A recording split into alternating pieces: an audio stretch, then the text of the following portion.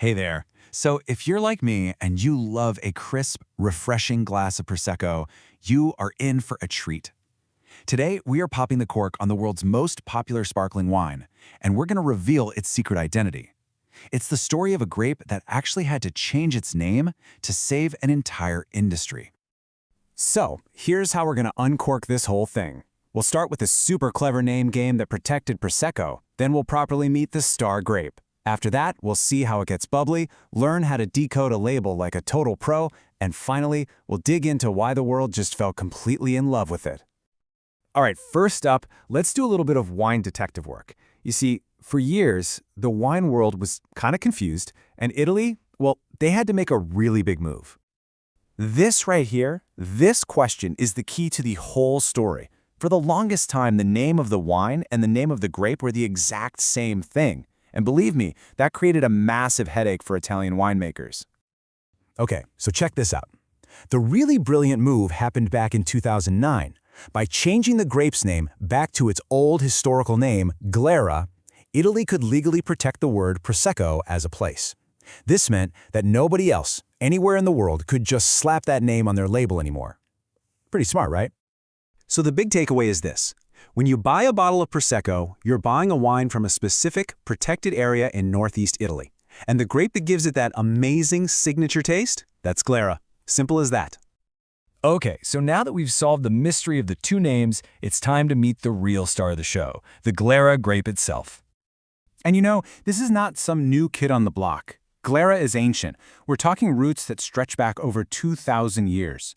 Roman writers, guys like Pliny the Elder, wrote about a wine called Puccinum from this very same region, and a lot of people think that was the great-great-great-grandfather of today's Prosecco. And this is what makes Glera so perfect for the job. It's got this naturally high acidity, which you absolutely need for a refreshing sparkling wine. And the aromas, you get all that bright green apple, juicy pear, and these really delicate white flowers. It's basically freshness in grape form. So you've got the perfect grape, but how does it turn into the bubbly we all know and love? Well, it's a story that involves some pretty unique Italian landscapes and a very, very clever way of making wine.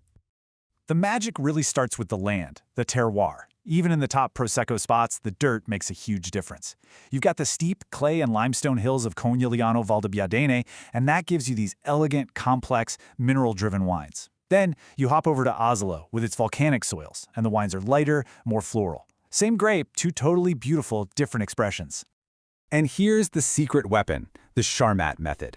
Now, unlike champagne, where that second bubbly-making fermentation happens right in the bottle, Prosecco does it in these huge, pressurized steel tanks.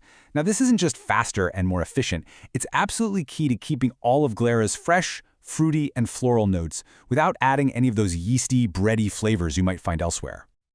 All right, let's get practical. Armed with all this info, you can walk into any wine shop and know exactly what you're looking at. First thing you want to do is look for those letters. If you see DOC, that's your guarantee of quality from the bigger Prosecco region. It's perfect for parties, for mimosas, for everyday sipping. But if you spot DOCG, you're looking at the Premier League. That's the highest tier. From those historic, steep, hilly sites, you can expect a real step up in complexity and elegance. Now, let's talk about the sweetness puzzle, because this is where a ton of people get tripped up. It's a little counterintuitive. The driest style is called Brut.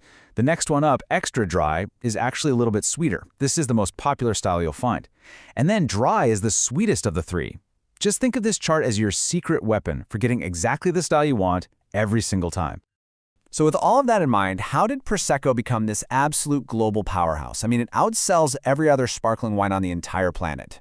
How did that happen? Well, it's not just one thing. It's really the perfect storm. First off, it's affordable. Its light, fruity style is just so easy to love. It's versatile enough for a casual brunch or fancy party. And let's be honest, it sells a little piece of that Italian la dolce vita, the sweet life, in every single bottle. And this quote just nails it, doesn't it? Prosecco isn't trying to be something it's not. It has its own amazing identity, and it's built on being approachable, fun, and just consistently delicious. It basically democratized sparkling wine for all of us. And you know that versatility we were just talking about? It goes even further. The Glera grape is no one-trick pony. While it's famous for the fully sparkling or spumante Prosecco, it's also made into lightly sparkling frizzante styles and even completely still white wines called Tranquillo. And that kind of brings us to our final thought. What's the real secret to Prosecco's success? Is it the unique land, those beautiful Italian hills that shape the wine? Or is it the charming, adaptable, and wonderfully fresh character of the Glera grape itself? You know, maybe the real magic is that you just can't have one without the other. Chin chin!